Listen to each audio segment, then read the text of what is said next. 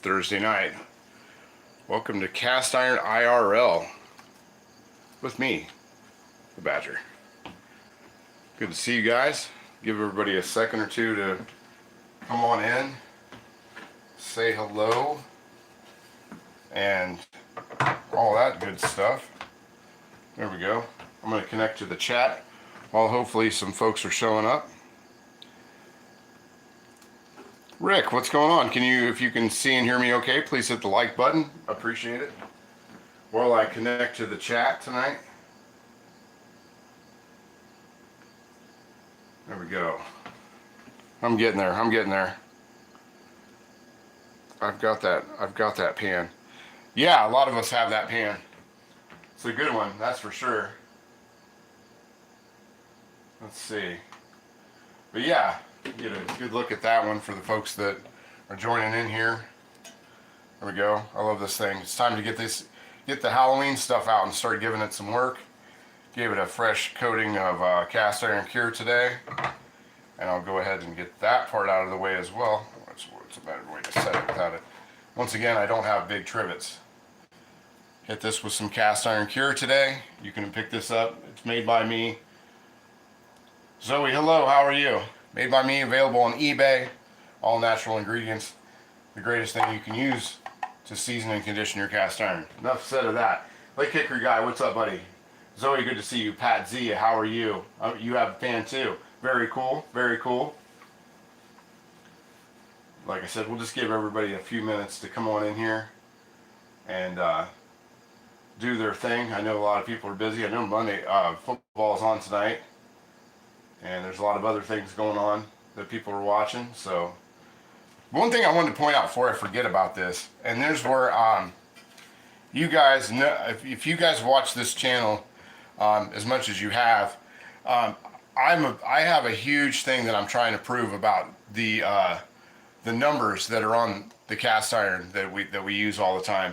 And I think a lot of times, and it's because I ran into a guy years ago that worked at Wagner. And he opened my eyes to things about their serial numbers and mold numbers and all these other things. But one thing with Lodge that I've noticed over the years is that, and I'm going to hopefully get a zoom in. Hope I can zoom in on this for you guys. This one right here. Now, a lot of times I see on these on the Lodge patterns and things like that are numbers, and a lot of times they're the same number. And then you'll see, another one that has another number like. Like that one will have a 2 there, and this, that, and the other thing.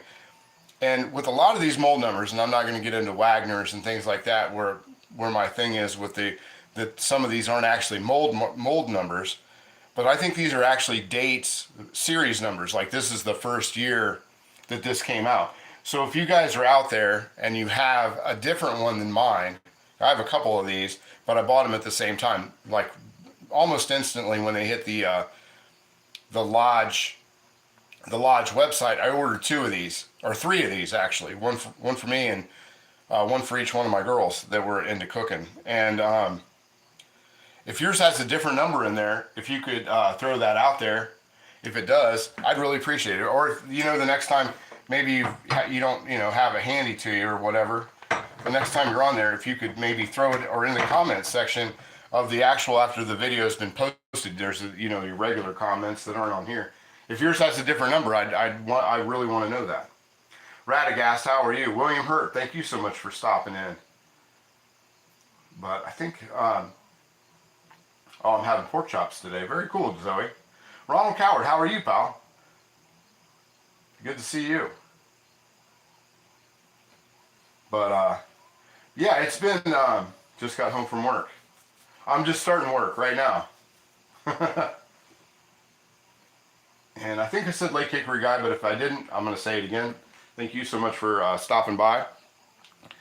And like I said, we're going to give everybody a few minutes to giving everybody, what are we at now? Yeah, I'm giving everybody about 5 minutes to get in here. So I'm going to move my heat up in my oven to 350. This is pretty much where I think it needs to be. And this might not be Fuzz Fork.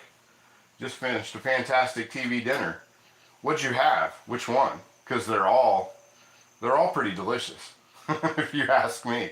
You know, where else can you get a brownie and mixed vegetables and a couple pieces of chicken on it in the same bowl make it at the same time, in the same thing, which is pretty rad. Is Val in? I must have missed that. Val, if you're in, say hi again. Glad to see you, for sure. But, oh, where do I start? So, today started out as a pretty awful day. As soon as I got up there, it was pretty, you know, wasn't much on a day of remembrance like this. There's not much good to watch on television. Some things are inspirational, but overall there's not a lot on. Radio's full of it, and it kind of set a somber mood for the day. And but one thing, I was going to do a completely different recipe than I was. Thank you for trying cookies. Thank you so much for supplying us with those recipes. And once again, if you have recipes out there that are pertinent to cast iron and you'd like me to try them on the channel, send them my way. Send them to the email that's in the bio, and I will check them out, and if I can do them, we'll do them.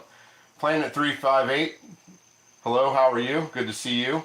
Sign in the chat, subscribe, and join us in here. Should be a good one. Should be a fun one.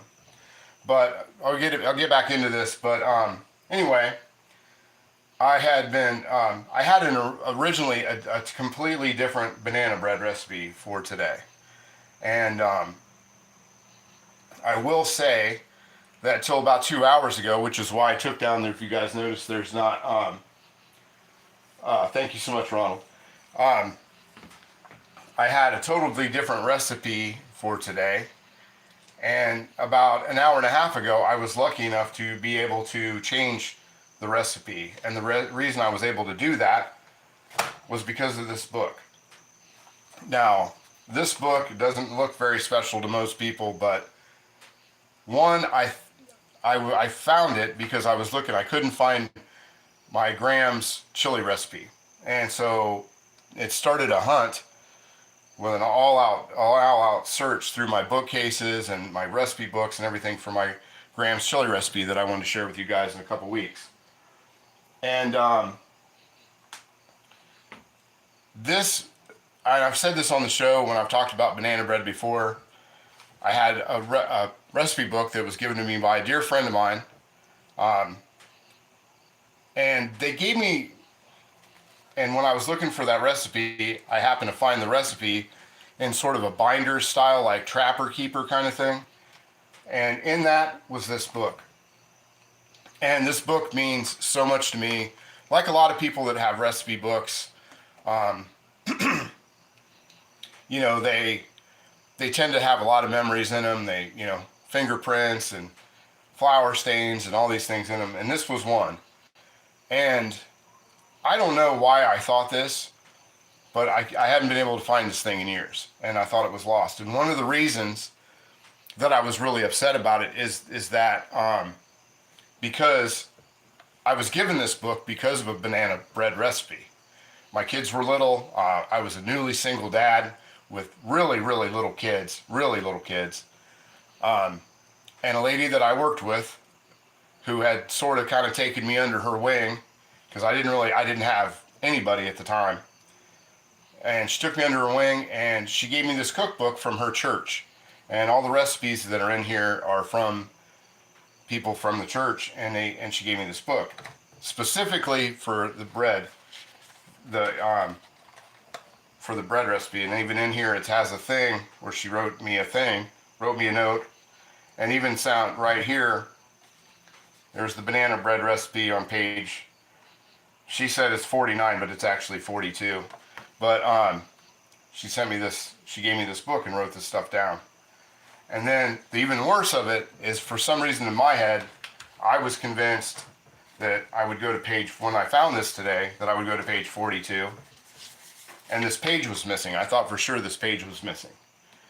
And lo and behold, the page was still here. I don't know why I thought this page wasn't here, and I've thought this for years, that this page was gone out of here. And right there it is, so the banana bread recipe. So the real super fancy molasses and brown sugar and all these other things that I was going to make today, I'm just going to make Deb's banana bread recipe. And Deb's name's even in here a couple times in the book. This isn't hers. This is Mary Coppas's recipe, but Deb's recipe over here for zucchini bread's over here. And it even has one of my favorite recipes in it as well. I don't know if you guys can see that down there. Hawaiian tea bread, which is tiki. It's so tiki. And I love making Hawaiian tea bread. And that'll be something we'll make here in the near future. But I just, after a day, a really solemn day, it was so nice to, find this. And by some, I don't know why I thought that or whatever, but I thought that recipe that I had was lost.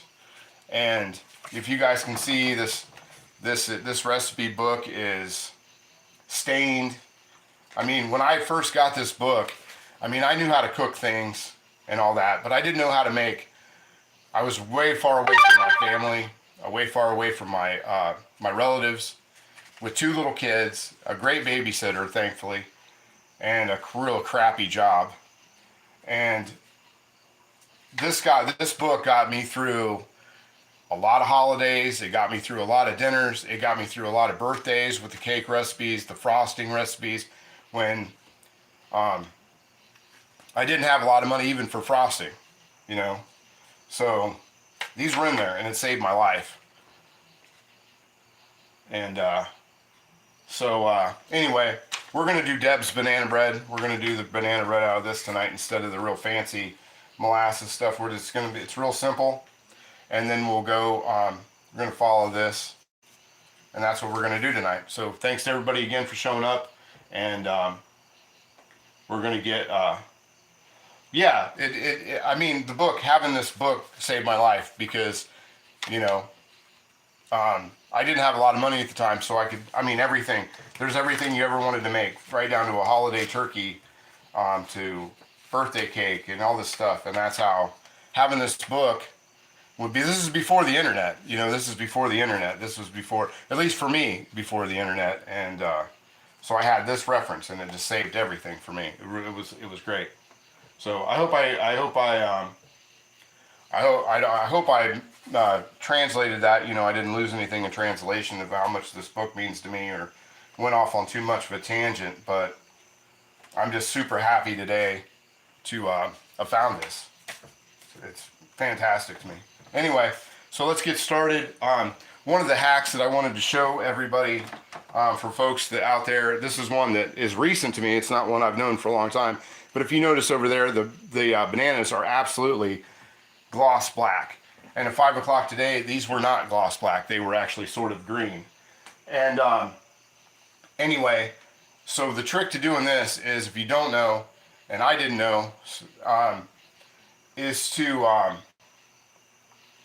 to take these, put them on a regular baking sheet like this, and then throw them in the oven for about 20-30 minutes on 300 with some parchment paper. Or if you don't have one of these, if you don't have a cookie sheet, you can just use aluminum foil. That works too. And you can put them in there, and it turns your bananas ripe and ready. You don't want to use them while it's hot, so I did these today at about 5 o'clock till about 5:30. I pulled them out. They've been sitting here ever since cooling, because you don't want to use these hot, because you'll cook your eggs. So that's one thing right there.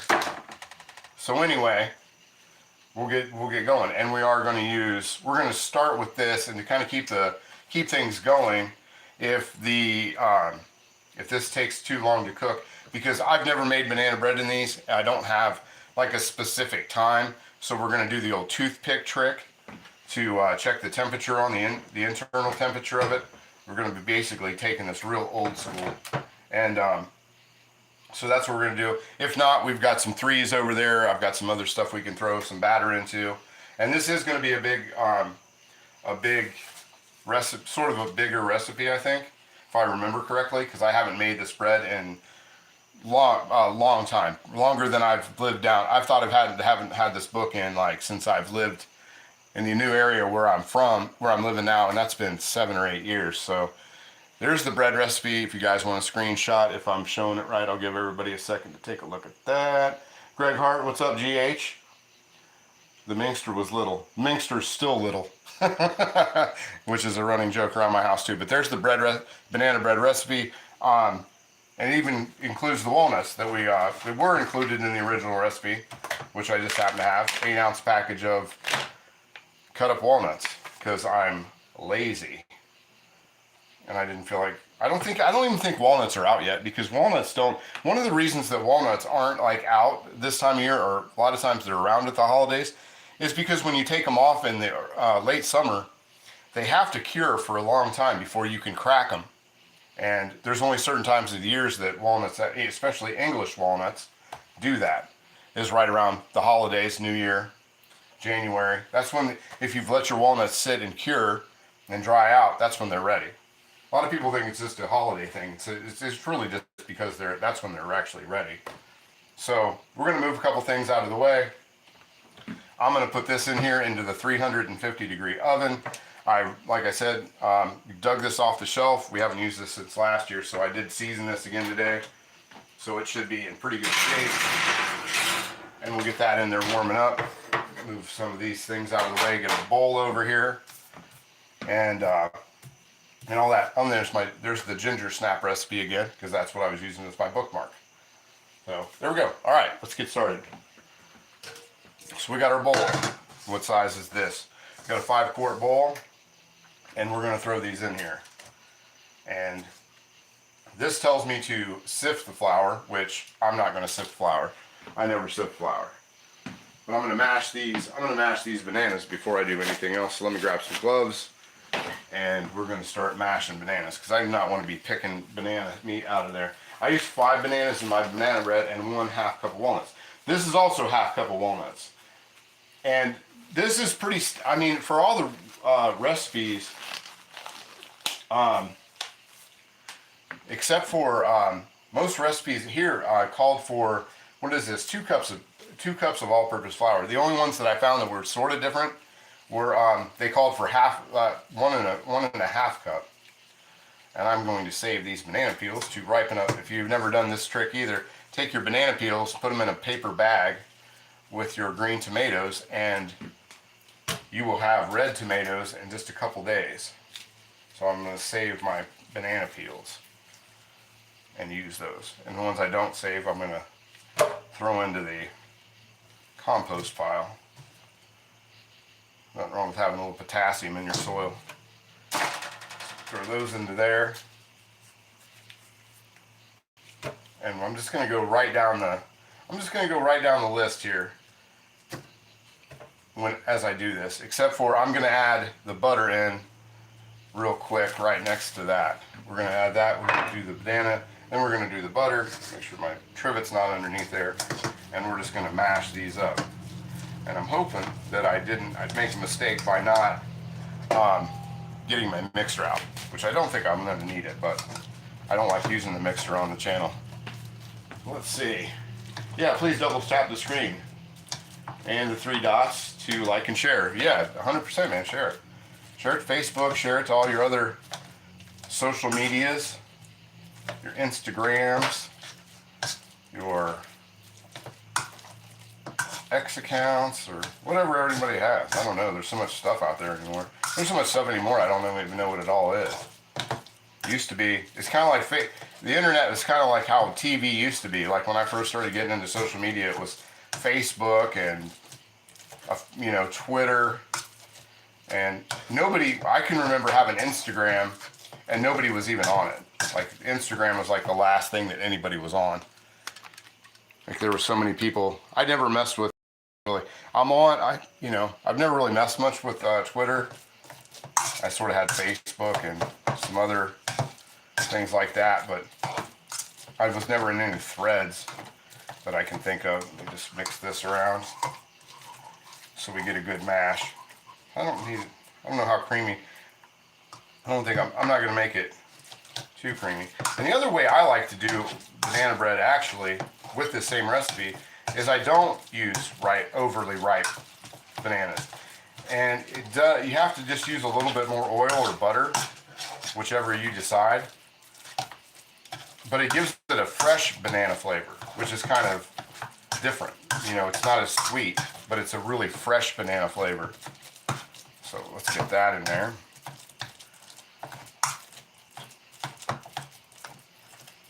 There we go. And usually, a lot of the recipes that I saw, they only show one egg and all that. But this one shows, for two. So I was kind of surprised with that, but I've made this before and it was really good. So I'm just going to stick with that. So we've got this. Now I'm going to toss this stuff in here before I forget about it. Now this is a half teaspoon of baking soda, a half teaspoon of salt, and a half teaspoon of baking powder. So we'll just throw that on there. That'll help me break this stuff up a little bit. And I'm going to throw in my butter, which has been sitting over on the stove while it was warming up. So it's going to be a little, it's been sitting there a while actually. It's been sitting there about an hour. It was from the freezer, so I did put it on the stove to get it where we need it to be. So that's one stick, and if you notice in the recipe book, it actually calls for, this is how old this recipe is, it's one stick of oleo and not margarine, which would have been margarine, I think. And but I'm keeping it old. I'm keeping it older school than that. I'm just going with straight butter. We'll get that all in there and get that mixed around. Can you guys see that? I'm gonna move you guys actually a little closer. Why don't you guys get right down in there? Yeah, put you right in the bowl. There you go.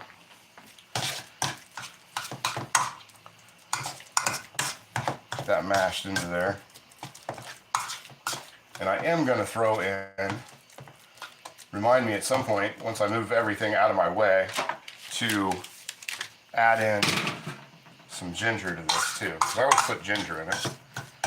And the other thing, I'm going to do it while I'm thinking about it, is I'm going to, does anybody even know what that even is? Oleo? Yeah. Ghee is cool. Yeah, I use it all the time. Yeah, it is good. A little bit of, just a couple of cracks of pepper into there. Into black pepper. It'll make that cinnamon. It'll make that cinnamon, and the oleo bearing grease is it real? I mean, you could tell me that, Ronald, and I would absolutely believe you 100%. But that's the cool thing about these church books, these church cookbooks, is you're not just getting the recipe as, say, the lady that put the recipe in there, but you're getting this. Some of these are like their grandmothers, their moms, their great grandmas. I mean, this is, you know, these are generational recipes. That's why they're so cool. I love those. I love the old church recipe books. Sometimes you gotta circumvent certain things for them, if, you know, instead of lard, or, you know, sometimes, you know, even like in city books, schmaltz and things like that, you got to kind of circumvent stuff, but, you know, is what it is. So let's get in here. Scotty H-Town, what's up, buddy? How are you? Good to see you again. It is handsome without the yellow dye. Oh, it is. Okay, I got. Oh, oleo is margarine. I kind of thought it was too. Yeah. Oh, it is. It is without the yellow dye. I'm with you. Sorry, I kind of had my back to everybody. Trying to mash bananas. Mash bananas. Let's see here. Let's see, the salt. We got the baking powder. We've got, and then we need 2 cups of flour, which I just have the flour behind me. Great, grilling some salmon, very nice. I don't know if I've ever tried to actually grill salmon. I've grilled a lot of fish, but I don't think I've ever done that. Let's see, I love using brown butter for deeper, nuttier flavor. Oh, okay. How do you brown your butter exactly for deeper, nuttier flavor? Lake Hickory guy. You can throw that in there. I have grandma's recipes called for all of, yeah, 100%. That's how you know you got the originals, you know what I mean? I've got some really old cookbooks. There's one that comes in the green cookbooks that have, let's see, that have all the recipes, like the green recipe card thing. from like the early 70s. And I mean, that's 2 eggs. These are 2 eggs after I just sprayed egg all over me. Oh well. That's why I wear the same shirts all the time when I do this. It's kind of like working in the garage. I wear the same stuff when I go to the garage too, because I always end up with something on me. A little egg on me. That's all right. No, nothing I can't handle. So get that egg mixed in there, mixed around. There we go. And I was wondering if I would need a bigger bowl. Because at the time when we used to live, before I lived down here, I had one big red plastic mixing bowl. And the thing was, the thing was huge. The thing was huge. And I used to take stuff to the kids' schools in the big red plastic mixing bowl. And that thing had to have been like, it honestly had to be this big. And we mixed everything into it. Everything into that bowl. I think I gave my mom something in that bowl. I think that's where that went. Sent some stuff over for her, and that's what happened to the big red bowl. And believe you me, after having that red bowl for so many years, I was glad to not have it anymore. Let's see, smoke with some oak as well. Let's see, I got cookbooks from the early 1900s. Oh, that's really cool. I don't have any cookbooks from the early 1900s. I have what's their name? Oh, I can't. The Townsends. I have the Townsends. That's what I have for really, really, really old recipes. Super old recipes. I have the Townsends. Recipes are best. Yeah. Let's see. Yeah, a lot of that kind of stuff. Have you ever unheard of today? Yeah, they have some stuff like that. It's like when I started making beard products. The recipe I found from a 1950s barbershop book for making beard balm and beard oil. And it took me a minute to kind of circumvent stuff for that, because they had lard and beard balm in those days. So we'll kind of mix this in. I'm going to do this a little bit at a time. Got our eggs, and then we'll slowly put the flour in. 2 cups of flour, all-purpose, King Arthur. You'll have to just trust me on that, because I'm not going to get the bag out. And that mixed around, looking good. I don't think there's anything. Oh, I got to put a cup of sugar in here as well, but I'm going to put that in after I put this in, because I'm not going to dirty up another cup. I'm just going to use this one. Get that all mixed into there.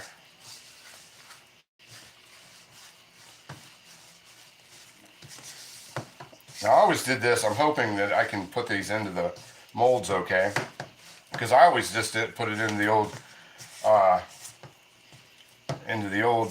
crappy bread tin that I had at the time.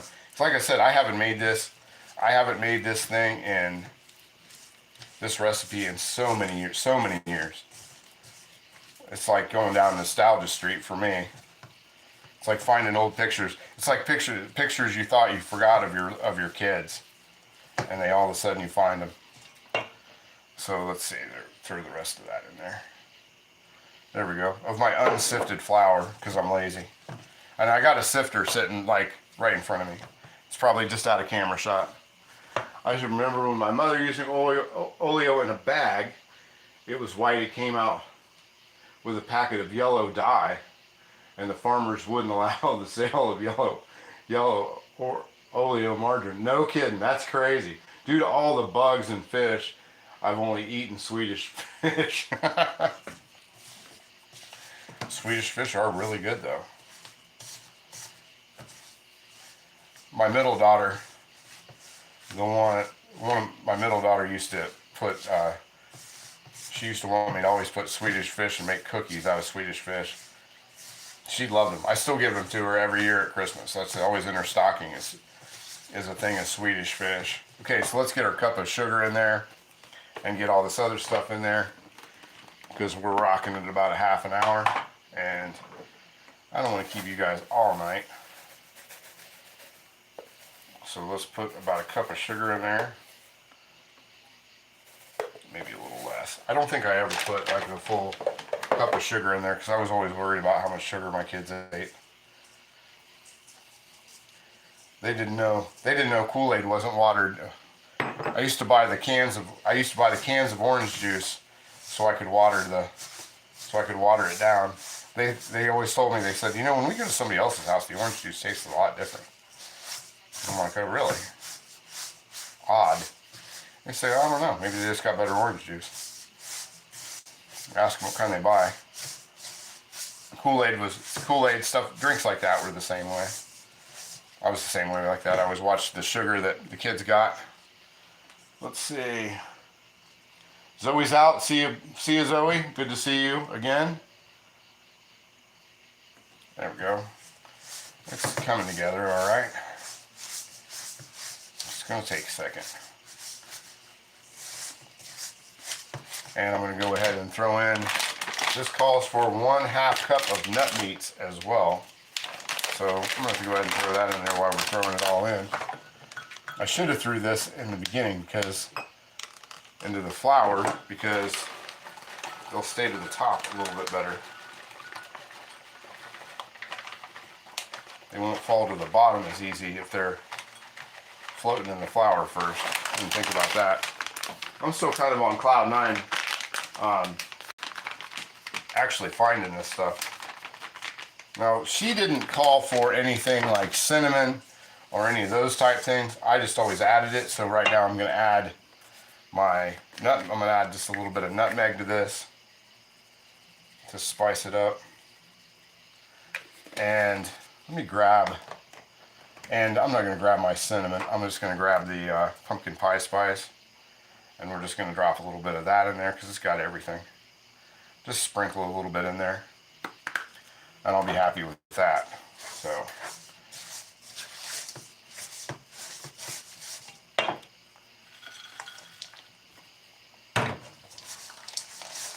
Boy, that's not, I mean, I love the small pumpkin pie spice. And nutmeg. Just so, man, it smells so good. And this is the perfect, it's getting to be, and this will be about the last couple weeks of warmer weather here. I know tonight after we get done, me and the Beagle are going through we're going for a huge walk around town. We're going to do probably a few miles. And then we're going to come back to the house and we're going to pick out a scary movie to watch and have some cheese and crackers. That's the Beagle's plan for the night. She doesn't know it, but that's her plan.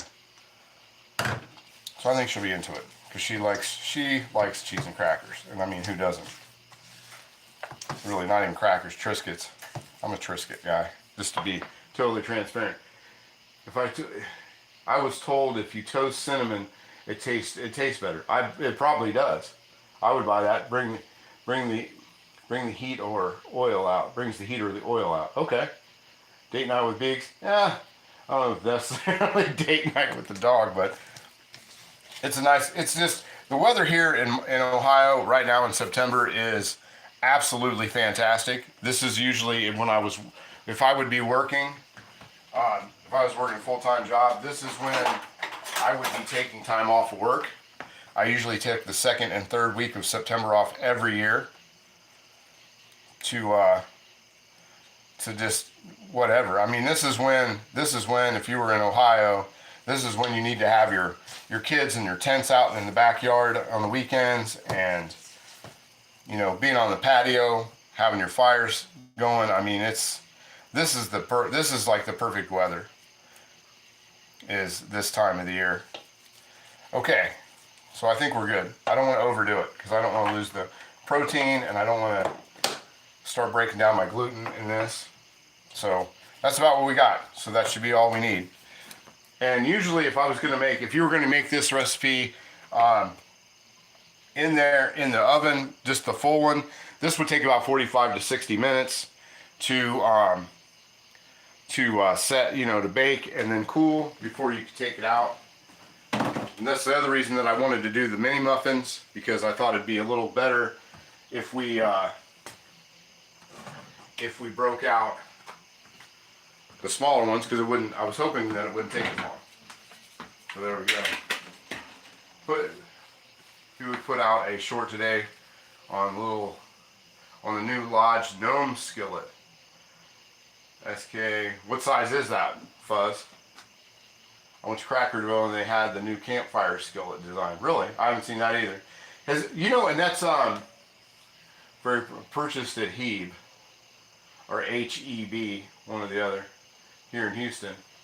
Very delicious purchase. Okay, yeah, this is one thing I was going to ask, and I'm glad you guys brought up actually Lodge tonight, because I have not been able to get to the Lodge site, and like I wanted to look up when they made.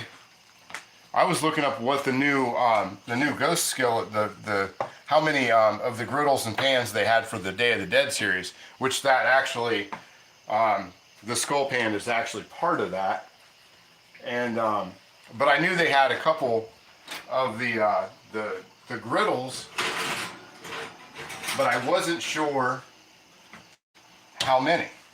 And I went to go to the site today, and I couldn't get there. And then I wanted to look and see if they had something that one of my other daughters was looking for, as far as some things she was looking for, and I could not get to that. I couldn't get to the site. It like loads up 3/4 of the way, and then then it won't go. And that's the only site that I've had trouble with at all, is that one. Let's see. I have volunteered at Maine Lobster Festival for the last 17 years, except for COVID. I go to Red Lobster every year for for Lobster Festival, and I've been doing that. I've probably been doing that about 17 years myself. Maybe not the same one you're talking about, Scotty, but I went to Lobster Fest. Let's see here. So I'm just going to grease that up when I can find my oil again, because there it is. Find my baking oil. Yeah. They never had me volunteer though. I always had to pay for it.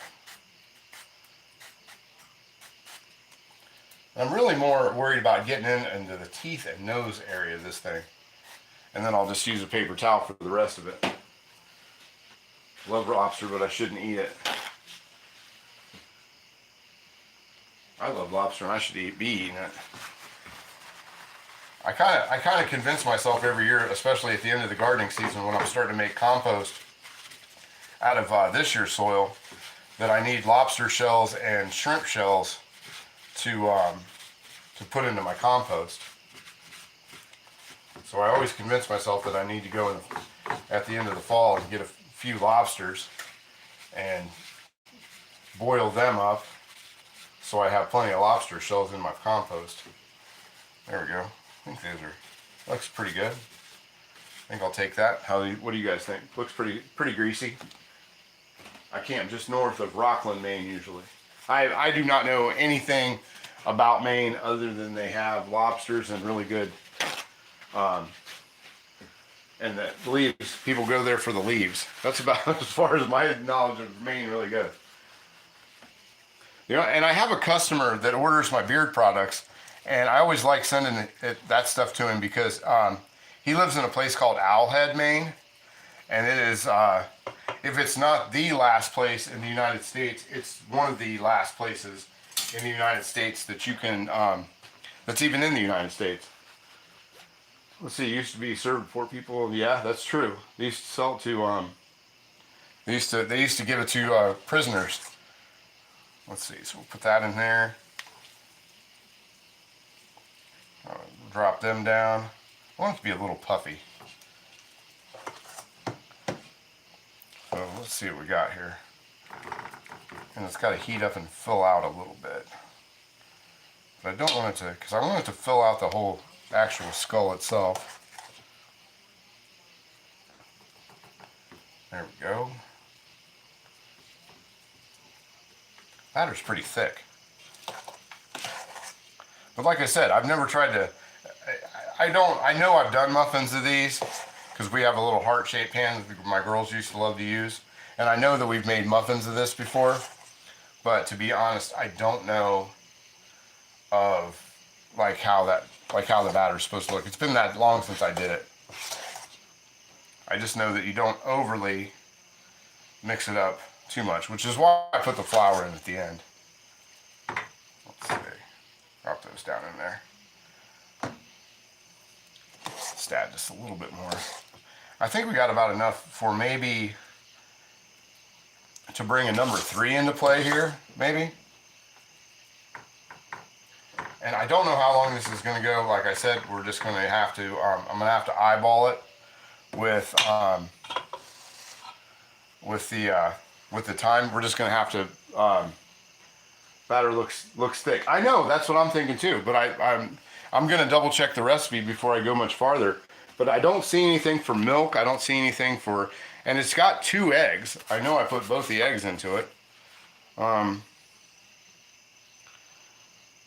Let's see, yeah, that's and I've got a whole stick of butter in there too. So I mean, there we are, man. We're all there. There's no more. There's nothing else in it. My skull pan also has the 1 stamp on it. Yeah, okay. But Rick, did you buy it right when it came out as well? Because I bought mine like right. I mean, it just hit, and I went and got it like that quick. So, and like I said, I bought 3, and I looked at the other ones.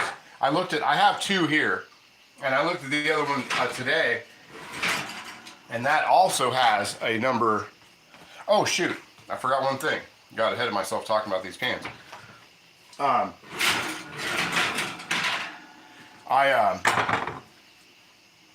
I looked at the other one as well, and it also has a 1 on it. Mine was a gift from Mercy B. Oh, okay, very cool. It was nice of you, Mercy B. Mercy B in here tonight? I was going to put a little bit of brown sugar on a couple of these because I wanted to do brown sugar topping. That was my initial idea for the other ones. But I am going to leave a couple of these plain because I do want to enjoy them how they were supposed to be enjoyed. Or at least I remember them to be enjoyed. Not supposed to be, but just how it came out before when the kids were little. So we'll go 4 to 6 with the topping on there, and that'll be where we're at. I'll have to wipe off the sugar from my hands real quick. Just give me a second, guys. I don't think she's here. I don't think she is either.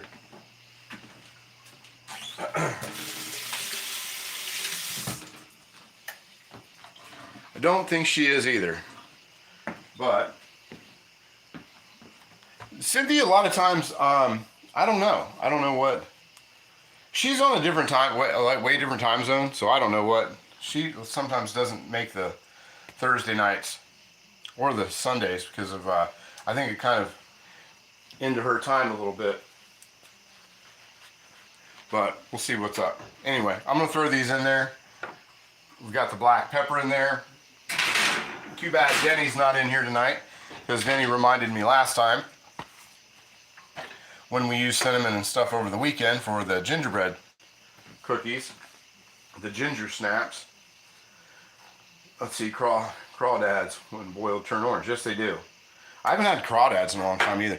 With all the stuff going on with the recalls of everything that's being recalled as far as shrimp goes, I have not touched shrimp in months. And I think it's going to be a while before I do any kind of shrimp. Because for me, I mean, I can get southern shrimp and that kind of stuff, but I'm not trusting the vehicles that they're putting these things in. To be super honest with you guys, it is not. It's not what I'm about. I'm going to put this one in here. I'm going to use this Good Health 1920s, 1930s Griswold Good Health skillet. I'm going to heat this up real quick on the back burner. I'm going to get that warmed up before I slip it into the oven to throw the last little bit in there. But I am going to throw that and heat it up before I get that in there. Let's see. I camped on Mount Battle in Camden Hills State Park years ago. Plenty of inexpensive lobster docks between Camden and Rockland. $5 a pound. Man, that's an amazing price. But I could use definitely 5 pound 5 pound lobster. It's worth a plane ride to me for. I would take a plane ride for $5 lobster because Badger didn't get this fluffy not eaten. I can knock out some lobsters. No, especially when that's what we're eating. If we're just having lobster, they better bring a bunch, because I go one after the next. That's one thing, like I said, I go to Lobster Fest. When I go to Lobster Fest, I don't even look at what the price is, because I know I'm getting my money's worth by the time I'm done. So we'll just we have about that much left. And, oh, I didn't set my timer. I'm going to set the timer for about 20 minutes. About 20 minutes for those muffins. I'm even going to go a little less than that. I'm going to go 15, because that thing was heated up, and just see where we're at. I mean, and we'll do the toothpick test on it, and I can always throw them back in. And we'll just, like I said, I'm going to kind of heat up that little number 3 and let that sit on there for just a second, because I don't, those Good Health skillets, no matter what size, they're pretty difficult to find. I would say Beaks merch. I grill them at camp 6 to 8 a day. Yeah, man, I could definitely see 6 to 8 a day. Beaks merch. Beaks is in there. She's passed out on the couch. We were playing pretty hard today. Actually, it was a nice day out, so we were kind of out in the yard in the pumpkin patch. She was out there chasing bees in the pumpkin patch and doing all that. Well, let me see how the skillet's warming up back here. Pretty good. But I want it to be hot enough to where the oil I want that to be hot enough for all that. There was something else I was going to talk to you guys about. And I have a number 12. Yeah, you could probably, Handsome Stone. A number 12 Good Health skillet, I would probably imagine anywhere from $300 to $600. Especially if it's in really good shape. $300 minimum.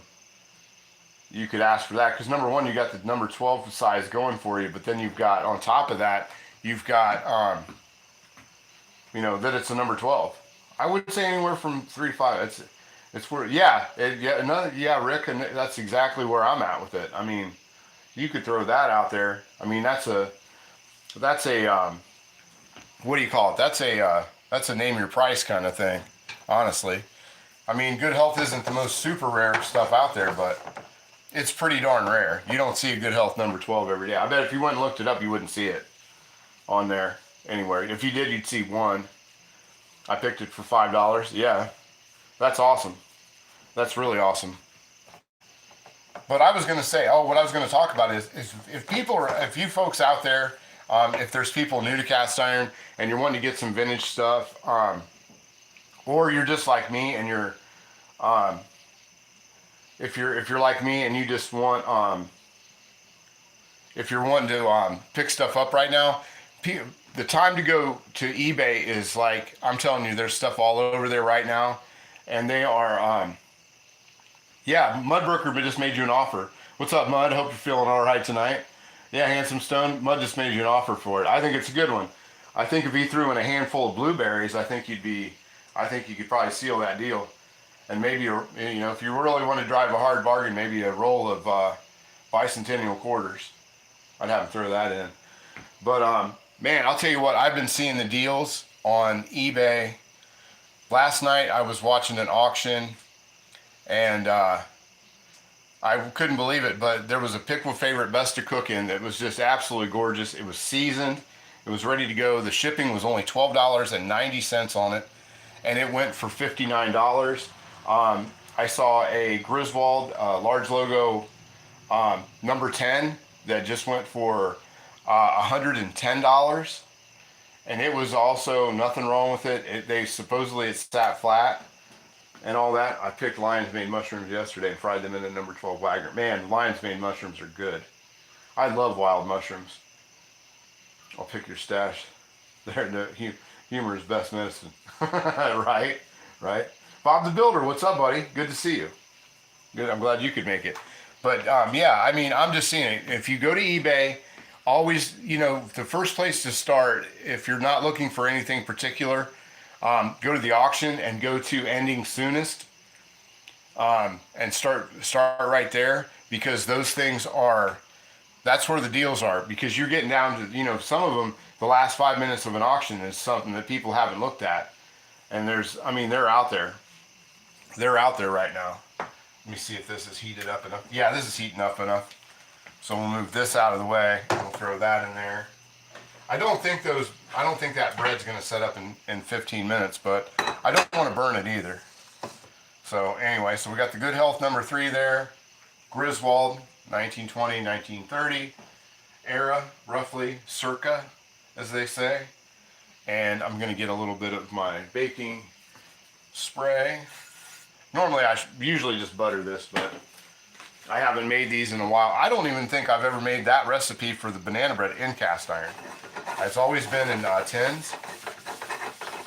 Always been in tins. And I think this was on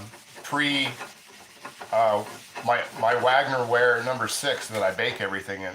It's been that long that I didn't even own that at the time. I used to buy accordions from a friend on eBay who collected them. Accordions. I used to like like an accordion. Do you play accordion, Scotty? That's pretty wild. I've never met anybody that ever played accordion. My Graham's neighbor used to play bagpipes. That's about the only closest thing to a exotic instrument that I've ever actually seen anybody or known anybody to play. I've seen people play accordions. I frequent German Fest. I frequent Oktoberfest every year, and I've seen a lot of accordions played. Though the memory of that is usually fairly fuzzy, but I have seen it. I think this is where I wish I'm trying to think about having number 2. This is where I wish I had a number 2. A number 2 skillet. I have that little favorite gemware pan. I have a number 2 favorite gemware or gem pan, but I don't feel like cleaning that tonight. That's one of these days I'm going to make the same kind of thing, but I want to make like breakfast, like banana bread bites, kind of like similar to what you get in the silly little bags at the gas station, the Hostess muffin bites. I want to make them in the little gem pen. I'll break that out here in a second, show you guys that may not know what I'm talking about. That's going to be kind of, batter is thick. But I did it right the way and I've done this I haven't done it, I haven't done this recipe in a long time, but I did it just the way I would imagine I was supposed to do it. Let's see. Did you ever check out the car museum in Owl's Head? Owl's Head, when the guys first started picking up beard products from me a couple years ago, and he's been fairly regular, and it's always about, I'd have to look at when he orders it, but I looked up where Owl's Head was, and that's how I realized where it was in the world. It is an absolutely beautiful place. I'm not big on travel, but if I could pick out somewhere to go, Owl's Head would be that kind of place, I actually think. Let's see, they have an incredible air show during Lobster Festival week, first week of August. Really. Owl's Head, man, I'm looking for places to retire, and Owl's Head's starting to sound pretty darn good. I'm going to give this just another like 30 seconds so I can keep the timer track of this with the other one that's already in there. So we'll throw that in there, and I'll grab that gem pan, and I'll show you guys that gem pan real quick. They have an accordion. They had an accordion player, did they? That's cool. All right. Anyway, so that's going to be okay. So mark me at 6 minutes on this. So I don't think that's going to take very long. If somebody out there could hit me a timer for this is at 6 minutes. We'll throw that in right next to the other one. I don't think 6 minutes is going to do much for that, to be honest with you. But we'll check out this. We'll check out the number 2 gem pan that I'm talking about. That I'm going to make. That's going to be sooner than later. That I'm going to do the banana bread bites in, sort of like a Might do the Hawaiian tea bread in that, actually. That might be the one. That might be where that comes in. And I'll break this out real quick. Hear everything rattle around. But this is my favorite. Got a little dust on it. Oh, that's got a lot of dust on it. Let me wipe that off right quick. Wipe that off so you guys can see it okay. But this is the number 2 gem pan favorite-ware. And I got this, and supposedly it's already ready to go. I've never used it. I have to be really completely honest about it. I've never used this because I wanted to restrip it, because this is actually done in what do you call it? In linseed. What's the word I'm looking for? It's linseed, basically linseed, flaxseed. It's seasoned in flaxseed. The only big problem I have with it is right here. It has a chip out of it, and I always wanted to redo it because that one spot, even though I haven't used it, I continuously take a magic eraser to that, and I go over top of it, and that's never come up. So I've wanted to strip this back down and re-season it myself and really address that rust mark that's in there. But the inside, it doesn't go through the inside. But yeah, that's flaxseed seasoning on there, and I've just always wanted to re-strip it and do it again, and I've just never gotten around to it. It's ready. I honestly I could use it. I could have used it just now, but I mean, other than wipe the dust off of it. But they're really pretty pieces, and man, the favorite logo is just always one of my favorites. It's so Art Deco of that particular logo, the smiley face style. I mean, that one doesn't have the smiley face under it, but it's actually pretty cool. Let's see. Yeah, I love that bread gem pan. Yeah, I need to get this thing I need to either get it used or how do I want to say it? I either want to get it used or strip it down. It's one of those that sits back there, and I always say I'm just going to use it as it is and kind of address that rust after using it. And I've re-seasoned it a couple times, but I think it's kind of like somebody seasoned over rust, like they didn't. That's why, for folks out there in the stratosphere, I know we've got some really big collectors in here, but let's see. Great for dinner rolls. Yeah, 100% mud. 100%. But this is one of the things, if you don't get all the rust off and then season over top of it, that rust is just going to find its way back to the top. Rust is a wicked mistress, and you know, it's not the biggest problem you can have with a pan, but if you don't address it, like in this part, it's actually pitted it. It came to me that way. It came pitted. That's why I've kind of wiped it off with a magic eraser and then thrown some oil back on it and sort of just kept it like that. But yeah, I mean, what do you got? It's 2, 4, 6, 8, 10, 12 cavity piece. And this is according to the catalog, the Pickleware favorite catalog, this is the number 2. So, and then they had several others. I can grab that because we're gonna be waiting on this bread a minute. But so I can grab the catalog for you real quick, and we'll check out, because they had a lot of different ones. Now this isn't the greatest catalog; it's a reprint. But we can go to the Pickleware favorite-ware the Hollowware catalog, and it is a reprint. I'm not gonna fib on that. Try and tell you it's something that's not. But I got this off of eBay for like $7 and like $2 to ship it. Let me see if I can find the gem pans in here real quick. It doesn't have a lot of this. It doesn't have a lot of the other thing. But one thing, people out there say that there's no number 16 for the bale handled for the griddles, and they actually did make a number 16 in the favorite-ware for the 16-inch round griddles. And I actually, the big round griddle that I used with the bale handle, the post-Civil War one, that's a 16-inch. Let me see which. I could have just looked up at the waffle irons. There's the different waffle irons in the catalog. The high base, low base. The enameled one, there's the broiler pan, and the sat iron long heater, long pan. So that's proof that they didn't just use them as a heater, they used them as a pan as well. And there we go, we're at the popover. So you got your Able Skeever pan, and then you've got your popover pan for favorite wear. And then your corn stick, that's what a, for those who've never seen one, this is what a corn stick pan looks like that favorite wear made, which is just like a French roll pan. It doesn't have, the ones I've seen that are like this, so I can say 95%, they don't have the corn or wheat pattern in them. Are you guys, am I showing you guys this okay? Yeah.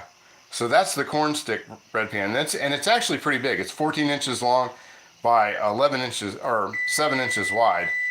So, I mean, it's actually a pretty good sized pan. It's about the size of a roaster trivet for a big, like, and then here you have like the, let's see if I can get it up there for you. This is the gem pan, the number 4s, which is pretty similar to a popover pan, but it's not as deep. It's more like a muffin pan.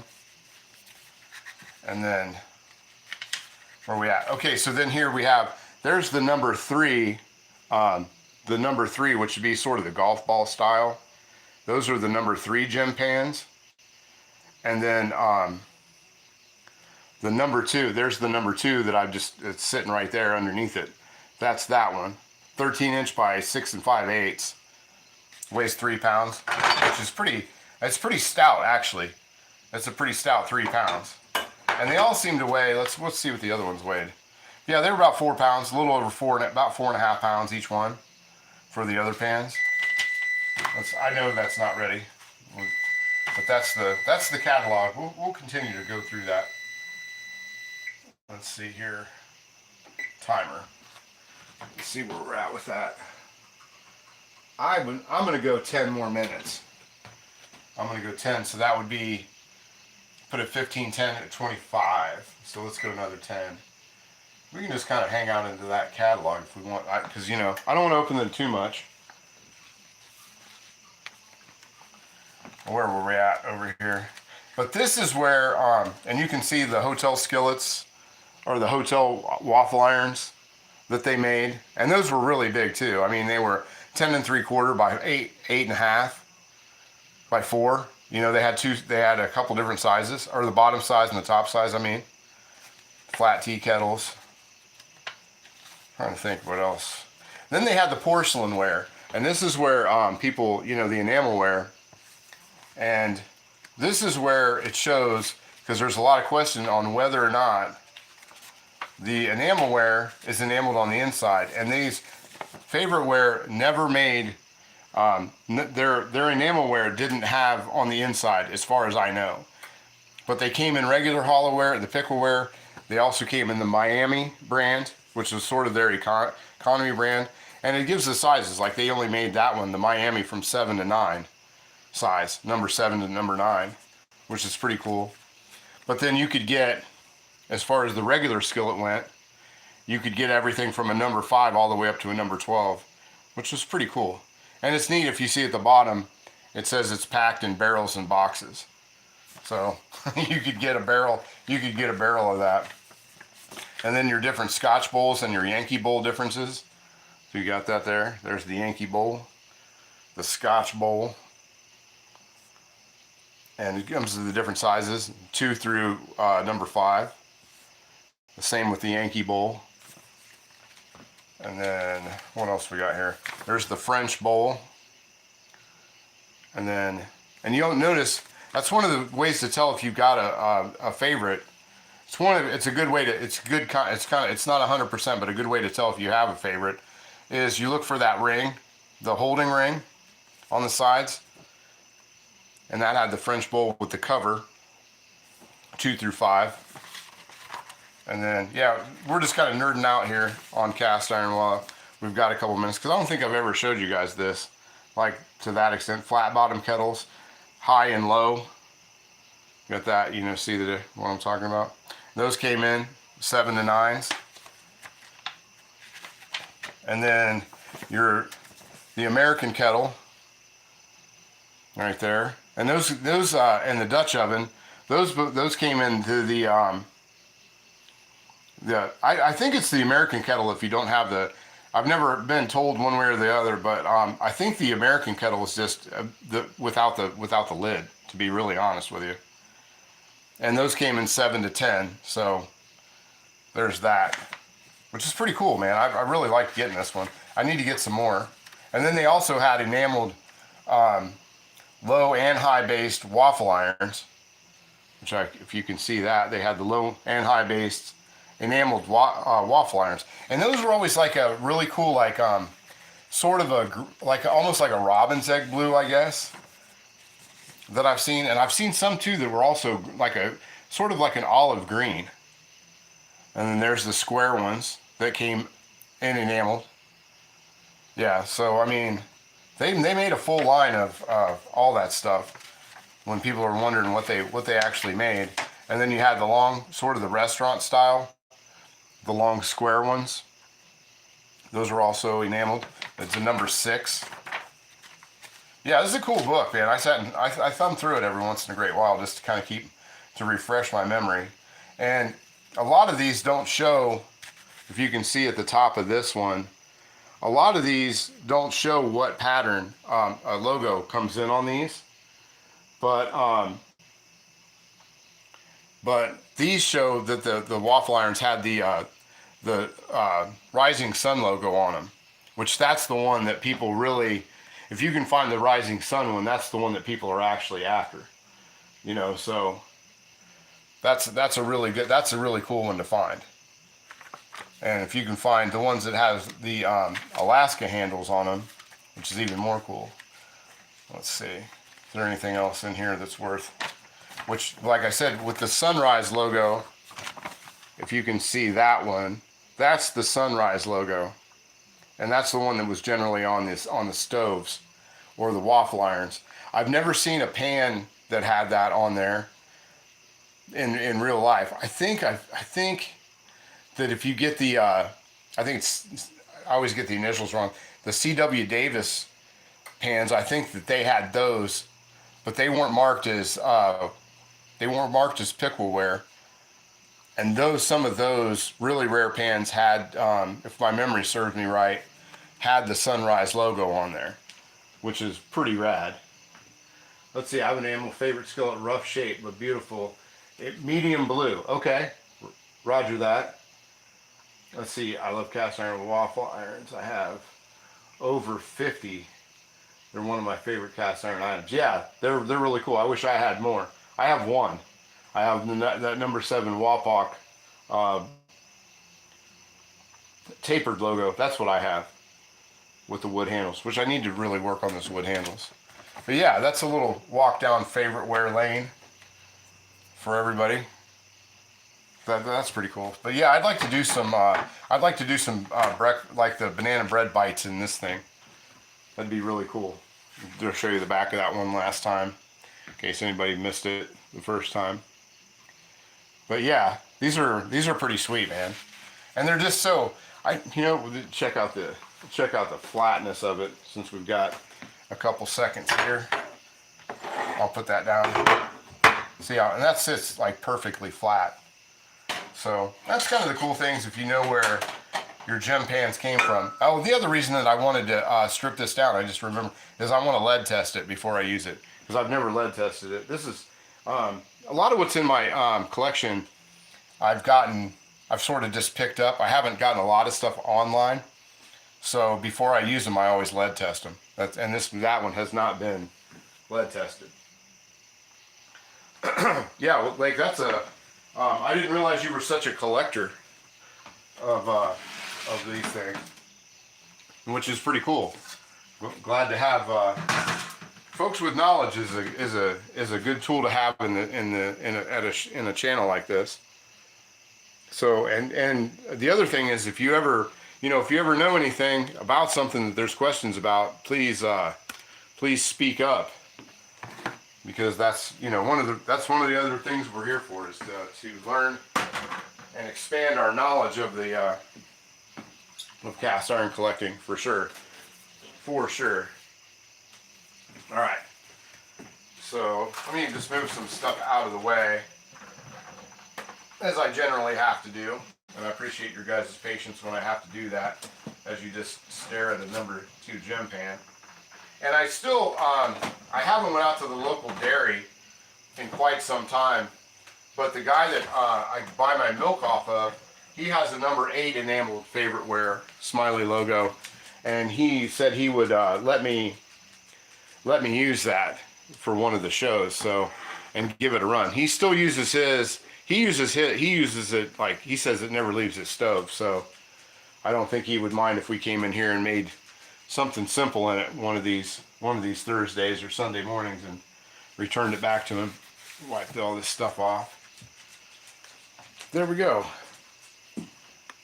Huey, what's up? Greg, 15 minutes for the one.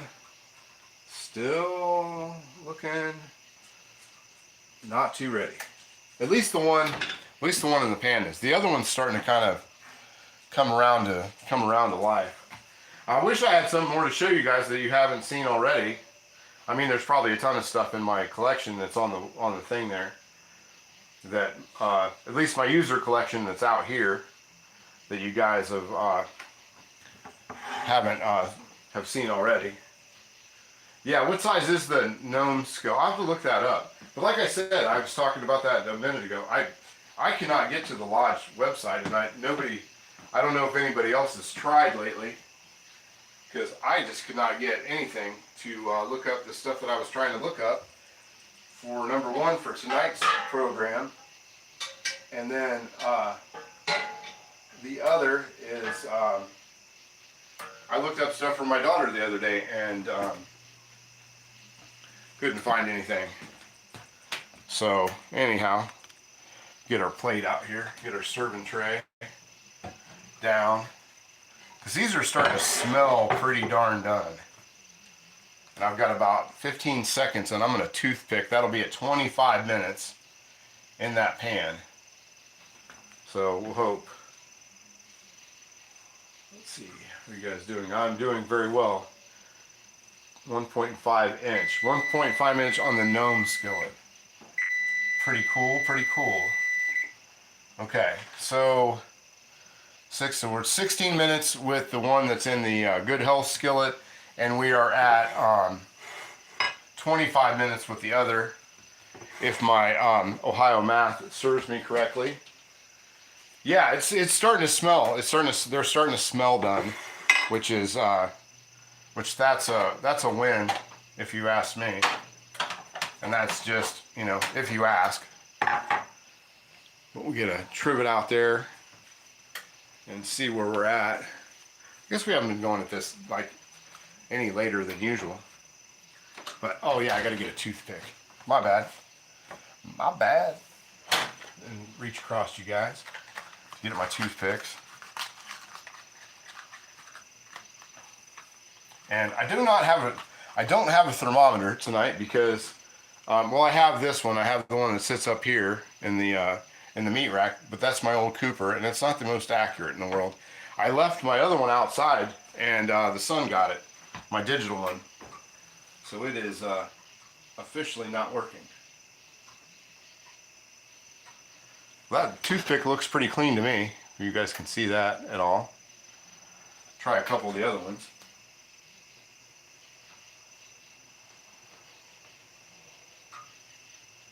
It's saying it is.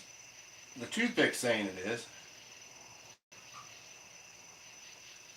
Let's try it out. Let's check this stuff out. We might be on to something. Let me check that other one while I'm in there. No, that's not. The one in the pan's not close. See, that's the one in the pan's still. It's still rocking and rolling. It's still still getting a tan. So let's drop this over here, just slightly that way. And I'll take one for the team. Let's see, I will volunteer to taste test. Stop by anytime, Rick. Door's always open. And if like my grandmother, like Graham's sign always said on her door, just walk in, don't knock or ring the doorbell because we don't want the dog going crazy. Just walk in and sit down. There we go. Yeah, I think those don't look too bad, but it says to let them cool. And I'm gonna go back to Deb's recipe there in just a second, but I think that they didn't really, I thought they would fill out a little bit more.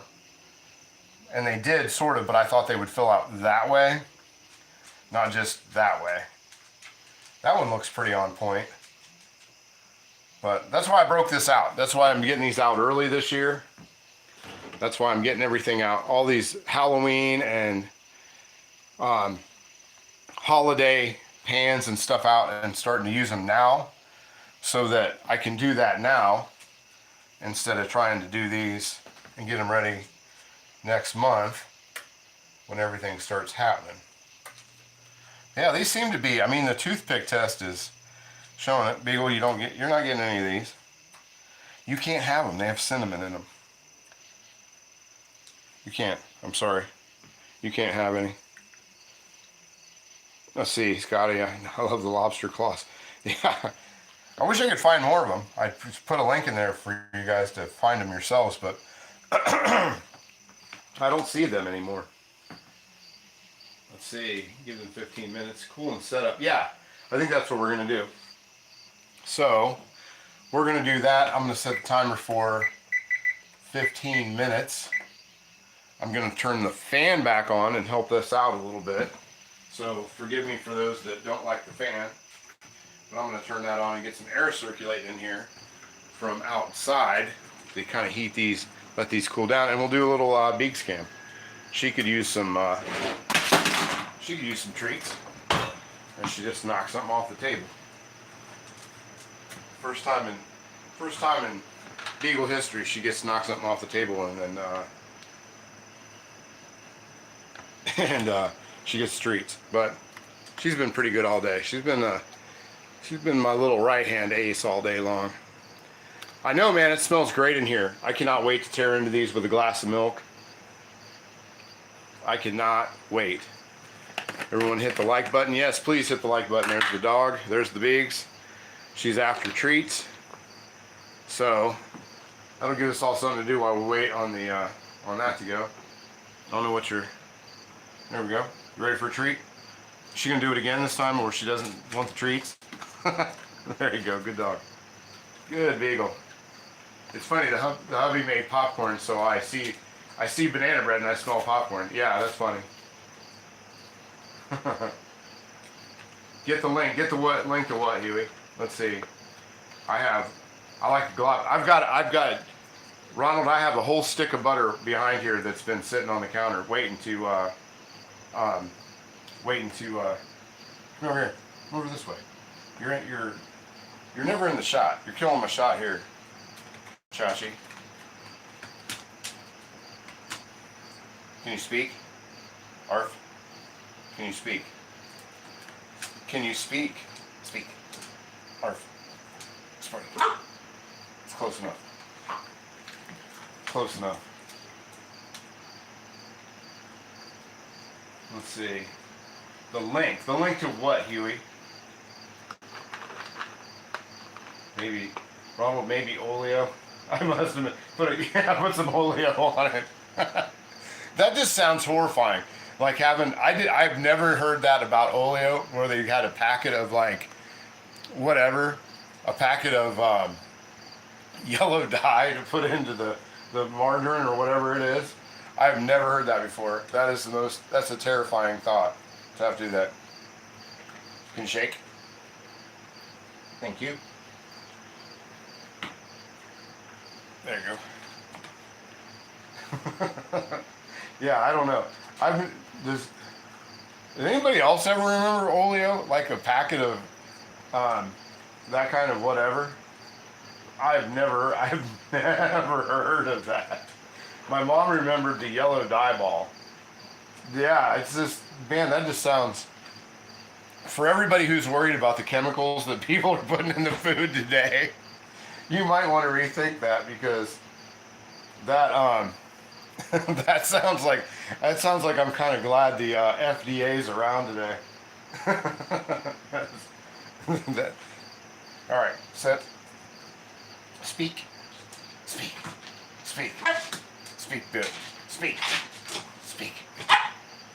You could do way better than that. We're looking for ear piercing. Speak. Let's get down to where let's get down to your level there, Eagle. Speak. Speak.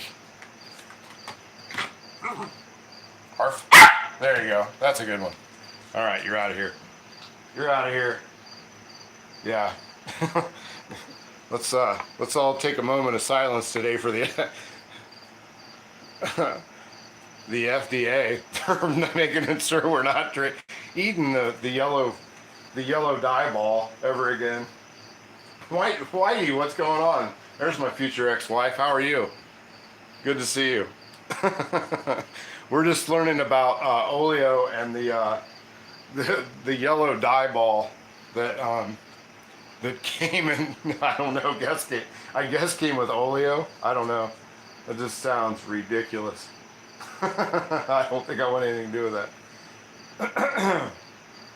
I think I would have been happier with just lard or schmaltz. I think I would have been more of a schmaltz guy in those days. I think I would have just stuck with the chicken fat instead of the the yellow dye ball. You guys see it? See what? No, we don't. If you want to, Huey, throw it into the regular comment section. If you're trying to throw that link up for the gnome skillets, or if that's what you're talking about, just go ahead and toss that into the regular comment section, because I might not have it set up right to do. I still can't put my links up, and I'm not sure what I'm doing wrong to not be able to see the links to like my products and stuff. I really don't know, and I'm not sure what I'm doing wrong. So you might, if you're talking about putting the gnome skillet up, just go ahead and throw that into the regular comment section, and everybody can find that there. Is that what you're talking about, Huey? The gnome skillet link? Or are you talking about yeah, the skillet one, and the skillet's not ready yet. Or are you talking about a link for the gotta be the owner of the Monterey, post a link in the chat. Oh, okay. Roger that. Yeah, just throw it in the comment section. Thank you, bud. I appreciate the knowledge there. Yeah, I didn't know if it was for the gnome skillet or for the yellow dye ball. Everybody can get a dye ball for their oleo. Gross. That's still just, it's giving me the heebie-jeebies just thinking about it. Let's see if this is about ready. That's one thing about cast iron, man. It takes this is boiling. But they seem to be releasing okay. And this one, these in the front, and this one in the back seems pretty brown. I think we might be safe. And I did put a decent amount of oil in there. There's just a lot of, how do I want to say it? There's a lot of little crevices in these things. It's like the little teeth part is kind of like a cornbread skillet, but personified. Need a bigger. Yeah, I think we're cool. I think we're cool on some of these. I'm not going to try and do the other ones, and I want to make sure I kind of get around the eyeball thing. But yeah, I think we're cool. Let's see. Try and get it out. Let me see here. There we go. Well, I don't have any moderators, and let's see. There we go. There's one. You can see it. Let me get my claw back on here. Let's get the claw. See if we can't get some of these other ones out of there. Because I want this stuff. I want these warm. Oh, yeah, there we go. Look at that. They didn't fill out, like I said, they didn't fill out. I thought they would, if they weren't going to fill out that way so much, I would have kind of mushed them down and added a little bit more. But we can all tell what they are.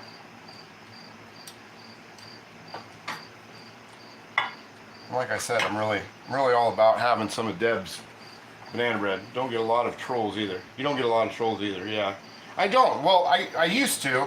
I think we remembered a lot of them, but I think a lot of times the trolls are used to the host sort of playing along with their stuff. And when I didn't play along with their stuff, I think they kind of got the message and they quit coming back around. Because, like I said, if anybody likes a good troll, it's me. Because I like to dispatch them. I don't put up with their garbage. I've spent enough time on the internet. I'll go toe to toe with any troll that's out there. Oh, this looks neat. I think at some point, when next time I do something with these, I think I'm going to try and line stuff around the eyeballs. Maybe puts like a blueberry or something around in those spots. You can see that. Am I too close for everybody? But yeah, these turned out really nice. So Deb's banana bread recipe wins again. So let's see. So we got 6 nice big mini loaves of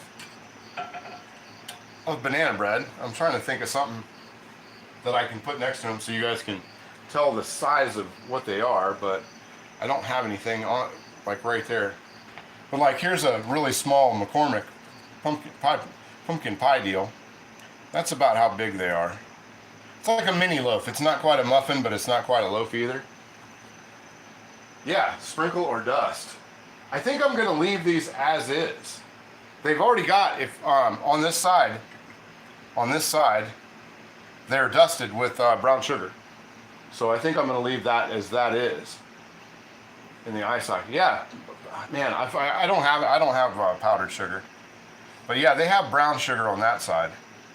But yeah, that's a great idea. I really like that idea. Yeah, I think that's pretty cool. Let me check the. Let me go back in for another check of the one that's in the pan. I don't want to forget that that's in there because I'm pretty happy with these came out, and I can see myself getting really distracted with that. Yeah, some powdered sugar in the ice pockets. That'd be pretty dope. I'd be pretty down with that. So let me move this off to the side where it's not going to kill the dog, because I don't want any 7-pound piece of metal flying off the counter and clocking the dog. At least not live stream. I'd like to have 1 million views, but I don't want to get them that way. I'd say this is the other bread. Yeah, the other one's good. So I'm going to pull that one out too. So that'll take the place of that. And we'll take a look at that. Get the butter ready. Oh yeah. The butter's ready because it's about to get heavy. So there's the other one, if you guys can see that one. There's that. Yada, yada, yada. I think that looks really good too. I'm pretty down for all that. Let's see. Powdered and cherries in the eyes. Yeah, that's what I was thinking. I was thinking about something along those lines, like a blueberry for the eyeballs. That'd be pretty rad. Okay, but let's get the butter over here. Too sweet. I'm gonna get a glass of milk too, because it's too late in the day for coffee where I am, but it's never too late for a glass of milk.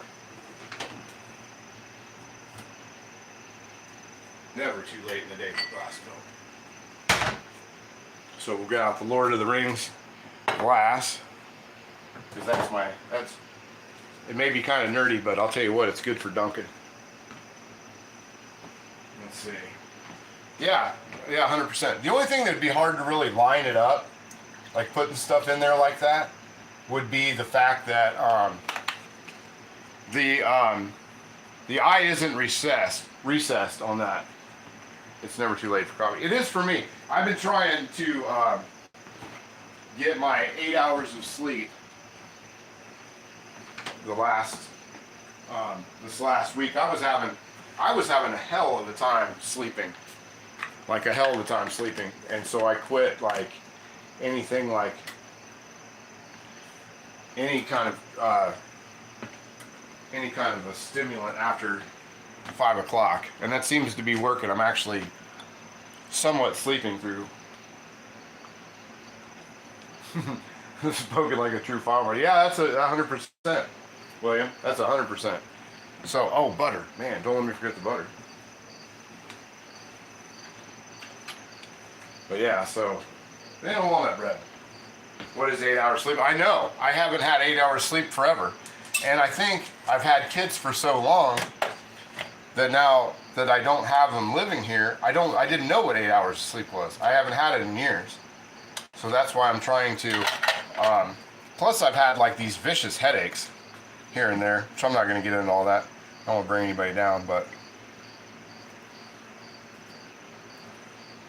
I've had some pretty vicious headaches. There we go.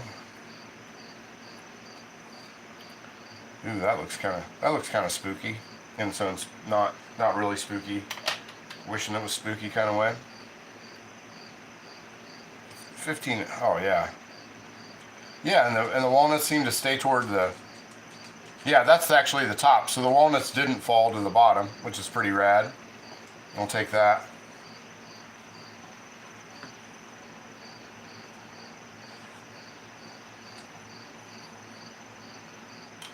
Mmm.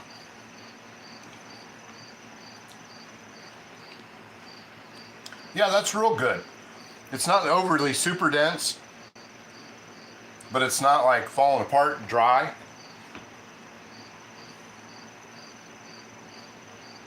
I need a yellow dye ball. Yeah, 100%. Maybe smear the yellow dye just right onto my bread.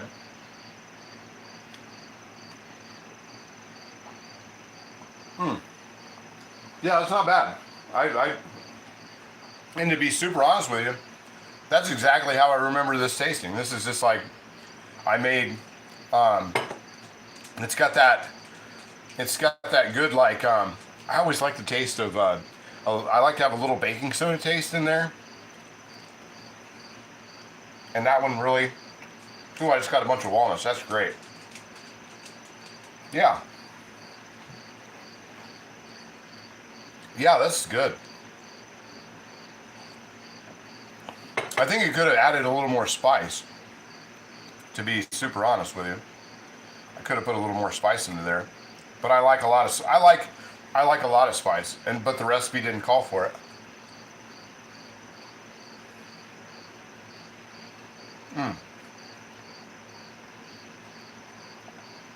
But as far as the time went, I would say that 25 minutes in the skull pan for banana bread, and probably any other kind of bread you would make in the skull pan, would be right about, that's what you'd want, 25 minutes at 350. Let's see.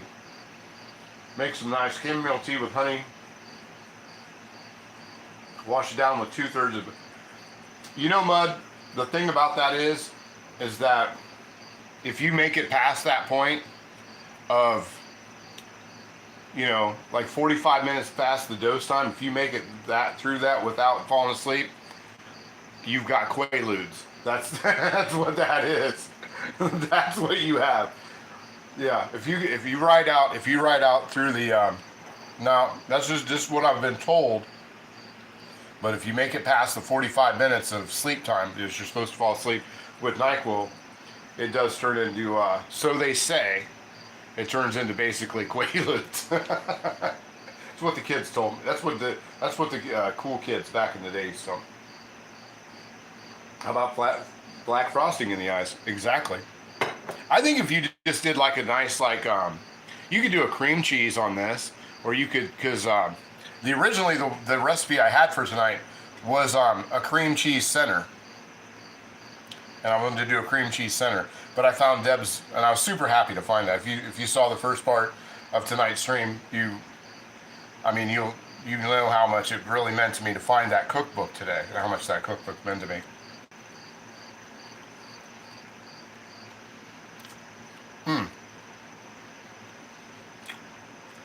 You would almost think at the beginning of the show that I actually had feelings. It was kind of strange, because I really don't have a whole heck of a lot of that. Let's see, I think I can dig this one out.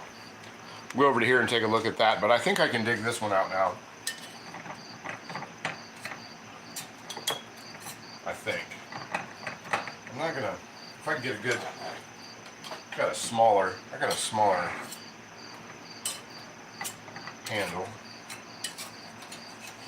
There we go. There we go. Just pop that out. There we go. Yeah, it almost looks like a cookie. It almost looks like a cookie, but a really soft one. Yeah, that's good. That's pretty cool. But that's how. We'll flip the bottom over. Came out a nice golden brown. Can you guys see that okay? Yeah. The walnuts are on the top. A little bit of, I could have used more brown sugar on the top though. But we're just playing around. That is good. Flip it onto the plate. Yeah, that came out really well. And I don't have a ton of dishes afterwards either. Wow, that's good.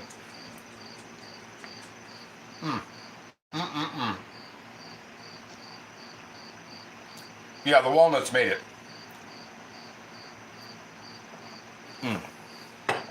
So if you're allergic to walnuts, sorry. That really kind of gives you that little bit of bitter with the sweet. I'm going to really lob some butter under there.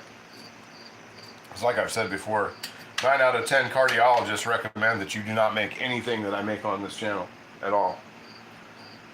Thanks so much for showing up, Scotty. You're not missing much. You're not going to miss much more. We're going to get out of here. I'm just going to have this last bite. Beagle's going to send you out with a little beak scan, and then we're going on a nice big walk.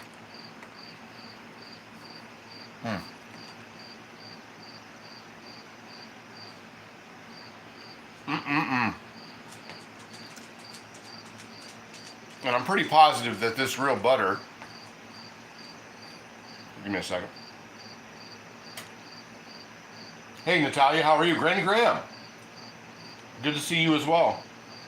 But I would say that this is much better. The real butter is much better than the oleo with the yellow dye ball on it. I would say 100%. There we go. Wash this down. Then we'll do a little beak scan for the way out.